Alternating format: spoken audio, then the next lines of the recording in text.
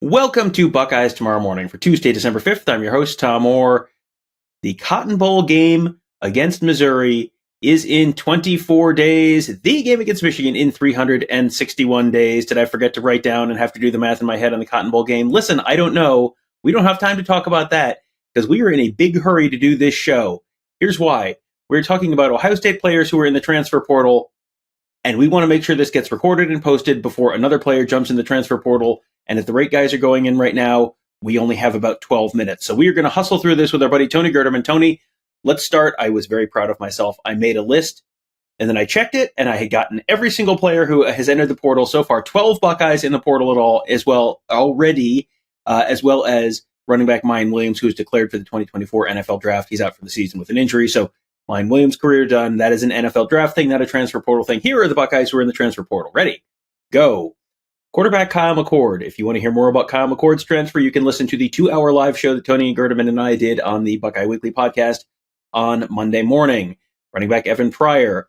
Wide receiver Julian Fleming. You want to hear about that? You can listen to the emergency podcast that Tony and Kevin Noon did on Monday afternoon. Offensive lineman Vic Cutler. Offensive lineman Jacob James. Defensive lineman Amari Abor. Linebacker Reed Carrico.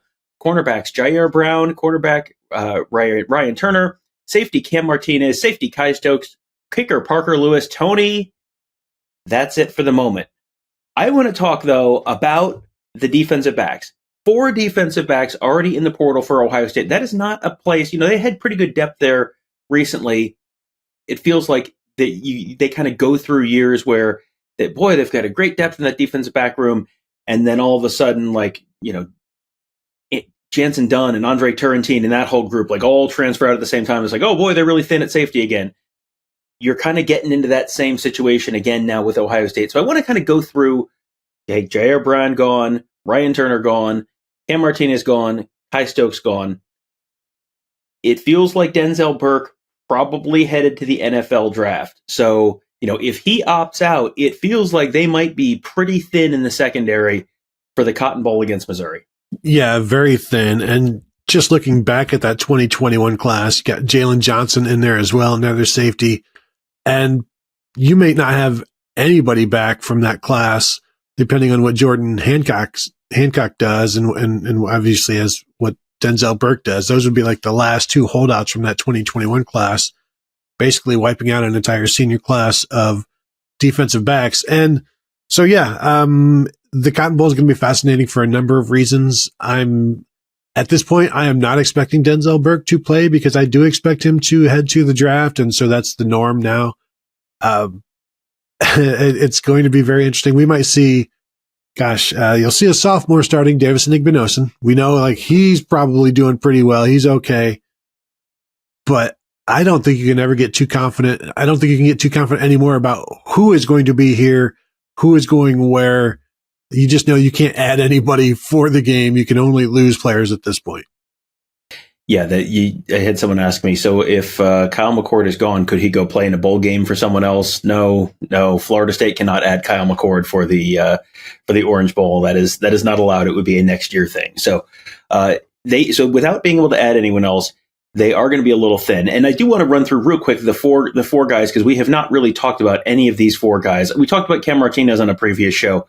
But cornerback Ryan Turner, he announced his decision on Sunday night, and then Monday or late Sunday night, Jyaire Brown and Kye Stokes both announced their decisions. The first thing I did on Monday morning was send you a text. Oh, we got to do a show on all these defensive backs transferring, and then the Kyle McCord thing happened, and then so now we're getting to it on the Tuesday morning show. It's been a heck of a week already, friends. Welcome to once the season ends, things get nice and slow, right? Well, maybe not. So we've already talked a little bit about Cam Martinez. Ryan Turner was someone who you never really saw him on the field except for the closing minutes of games. So that was not a big surprise. Kye Stokes and Jyaire Brown, those are both people that I think a year ago, early 2022 season, Jyaire Brown made a start against Wisconsin. Kye Stokes was someone who really sort of jumped out during the spring game. Those guys both seemed like they were people with pretty bright futures. And then as the 2023 season rolled on, it felt like you sort of started seeing those guys get past. It felt like Calvin Simpson-Hunt was kind of making a move at the corner position. and maybe passing Jyaire Brown there. Malik Hartford, the true freshman, came in. Certainly seemed like he had taken one of those starting safety spots potentially for 2024 and beyond. It feels like Jyaire Brown is one of those names that I hadn't necessarily thought of as someone who might hit the portal, and Stokes as well. But when you thought about it, it was kind of like, I kind of get it. Well, and you look at that, what they've done. Kye Stokes has played in 3 games this year. He played in 3 of the last 4 and nothing before then. And I think there may have been some injuries there, but yeah, once you get past bye, they bring somebody in from the portal. You've got the young guys playing, as you said, with Malik Hartford. And the same thing with Jyaire Brown, played 4 games this year and was a guy who I think played in maybe all but 1 or 2 last year on defense and had games of 40 snaps, 60 snaps, obviously the start against Wisconsin, but that was not his only significant action. But then you see this year kind of relegated to a backup as a nickel. And when your top 2 nickels at Ohio State are Sonny Styles and Jordan Hancock, there's not really going to be much room for 3 or 4. And Jyaire Brown and Cam Martinez kind of shared that extra role. And you bring in obviously Davison Igbinosun as a corner, and that pushes Jyaire Brown back as well. So, it's at least I think the benefit for both of those guys is they played last year, but they'll use their red shirt this year, and they'll hit their next teams with 3 years to play as redshirt sophomores next year. And it is interesting, I think, when you're losing pretty talented players for not playing, I think that's a sign of what you have already. But also, I don't think you can ever throw out NIL as a reason, because everybody's looking for something.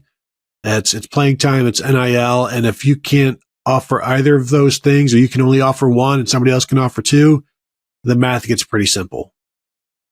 And I think a lot of those guys are going to go somewhere where they could potentially start right away. And that is, not necessarily going to be a team that's going to go 11-1 in a Power 5 conference next year.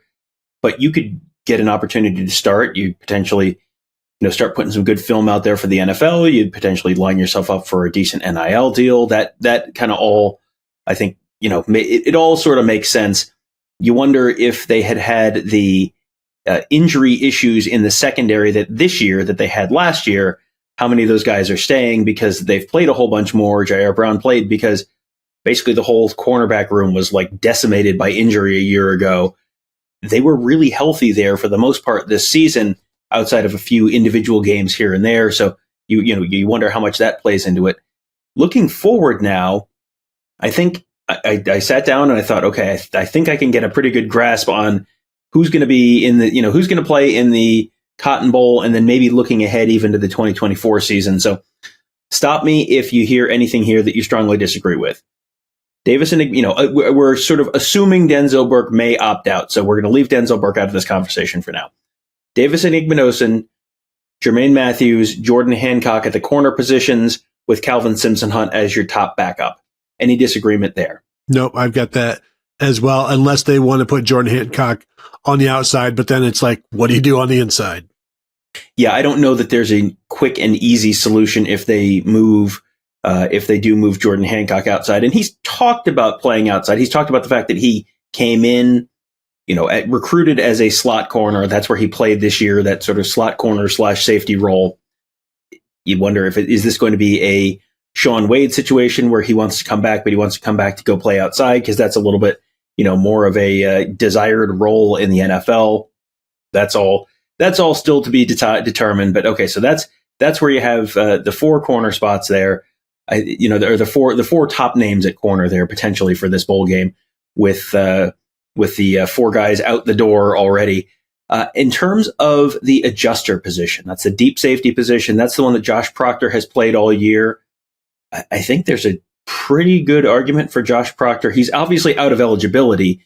I think there's a decent argument for him to play in the game and not opt out, just put some more good film out there potentially against what should be a pretty good Missouri passing offense. If he does not play, and certainly for the 2024 season, that feels like that is going to be Malik Hartford's spot next year. Agree? Yeah, I would agree with that. It is interesting now that we talk about in terms of who opts out, it used to be the first rounders, the top of the first round. Now it's anybody with an NFL decision. And for Josh Proctor, who has been injured as much as he has, you've made it this far. You wonder, like, okay, I've made it. I'm done. I'm going to go get ready for the NFL draft because I came back to play a full year as a healthy person. He did that. And now it's like, is it time to, let's not risk anything the rest of the way. And let's just get to the draft prep. That would be maybe a surprise, and it's not what you would expect from somebody who's not going to be a first rounder. But his situation is, I think, a little bit different than just about everybody else's with his injuries. But I am expecting him to play. This is, again, as you said, another opportunity to put some stuff on film. And then, Sonny Styles at the strong safety would be what I guess makes sense at this point. The question I have, Tom, what's up with Lathan Ransom, not just now, but also next year? That is the next question. And frankly, this is my show. I will ask the questions here, sir. Tony, we got to talk about the bandit position. I do wonder, Sonny Styles, I don't think that's going to be where Sonny Styles is next year. I don't know that that's the best fit for him. I think that that's somewhere where they put him because they needed someone, because Lathan Ransom got hurt. I think you're probably better off having him play a little closer to the ball, potentially, whether that's at a linebacker spot next year or, you saw him play some of that slot corner spot, that nickel spot this year. So maybe that's where he is. But a lot of the Cotton Bowl conversation and a lot of the next year conversation at that bandit spot centers around Lathan Ransom. That foot injury, he was potentially going to be ready for the college football playoff. Now that it's not a college football playoff game, does that kind of get keep him on the shelf, get him healthy for either a potential NFL draft declaration or for coming back for 2024? That, to me, feels like that might be the single biggest question facing Ohio State right now. I mean, for the Cotton Bowl, sure, but in terms of the secondary, for sure for the 2024 season. Because if Lathan Ransom comes back, that would solve a major, major question for this defense. Yeah, it would. And he's a guy that has seen it all and done it all and has been good at multiple positions, but has been really good this past season as the strong safety. I think there is also another question out there, Tom, with Jermaine Matthews just tweeting a simple money bag and causing a stir as to what that means. And this day and age, it could mean anything, and it could mean absolutely nothing. And most things on Twitter do mean nothing. So just something else for people to be concerned about in terms of trying to interpret the meanderings and the emojiing of teenagers. But if they can get Lathan Ransom back, I think you feel a lot better about this defense, because obviously he's a very talented guy, knows the defense. And what do you do if you don't have him next year? Because I'm with you. Like, I don't think Sonny Styles has even said his future is probably closer to the line of scrimmage than the secondary. And so then I think Malik Hartford is in there somewhere, but is there a free safety out there? Is there a strong safety out there? What is going to happen with Jihad Carter? Is he coming back? Is he going to hit the portal looking for some playing time? And again, we don't like to speculate about portaling, but anymore, that's just the way of the world, especially for somebody who has already transferred once. And then one last thing, Tom, with these young guys that transfer out as second year guys or third year guys, you can then go, you don't have to go level up. You can go level down, play a bunch, put some good stuff on film, graduate, and then go as a grad transfer wherever you want. And so it doesn't necessarily have to be this next stop is your last stop. It can just be your next stage to prepare you for your next and final collegiate stop. And that all goes into why we probably need to update the style guide to amend our transfer portal speculation on transfers policy, that we don't want to do that in advance because it's not fair to the players. It feels like at this point, if you're not starting, everyone's just sort of kind of looking at that and going, well, where are you going to transfer next? Because you're not starting and you've been on campus for 3.5 weeks. So yeah, Jihad Carter is an interesting question as well, because did not play a lot this year, but was banged up, missed a bunch of the spring, missed some time this fall. he's probably in that mix somewhere. Especially if Lathan Ransom can't go in the Cotton Bowl, you probably see some Jihad Carter there, assuming he's still on the team at that point. Could be in the mix for 2024. Might depend on Lathan Ransom. There's a lot of moving pieces here and a lot of different things to keep an eye on. We will end up, I'm guessing, probably doing these types of shows for several other positions. Boy, we could do a wide receiver show right now with Julian Fleming in the portal and Marvin Harrison and Emeka Ibuka, both draft eligible. What might happen in the Cotton Bowl? What might happen in 2024? That's a whole separate interesting conversation. Running back room, boy, there's, what is Travion Henderson going to do? Because they've already lost Mayan Williams to the draft and Evan Pryor to the portal, so things are getting a little thin there as well. There's going to be a lot of stuff to talk about. I feel like I just was sort of reflexively checking Twitter just to make sure no one else has entered the portal since we started recording. Former Clemson wide receiver Bo Collins, former Ohio State recruit, tells ESPN that he intends to enter the NCAA transfer portal, about to visit Notre Dame. Oh boy, lots of news. We're going to stop recording now before we have to do a breaking news podcast within an existing podcast. So make sure you guys find us at BuckeyeHuddle.com. Make sure you go through and you want to hear more about the Kyle McCord saga. You can watch 2 hours of Tony and I talking about that on Monday morning on youtube.com/BuckeyeHuddle. We will probably have another show on whatever is next for the Ohio State quarterback position coming up at some point relatively soon, as well as all the other good stuff you can find at BuckeyeHuddle.com. That will do it for today. Thank you guys all for joining us. Have a great day. We'll talk to you tomorrow.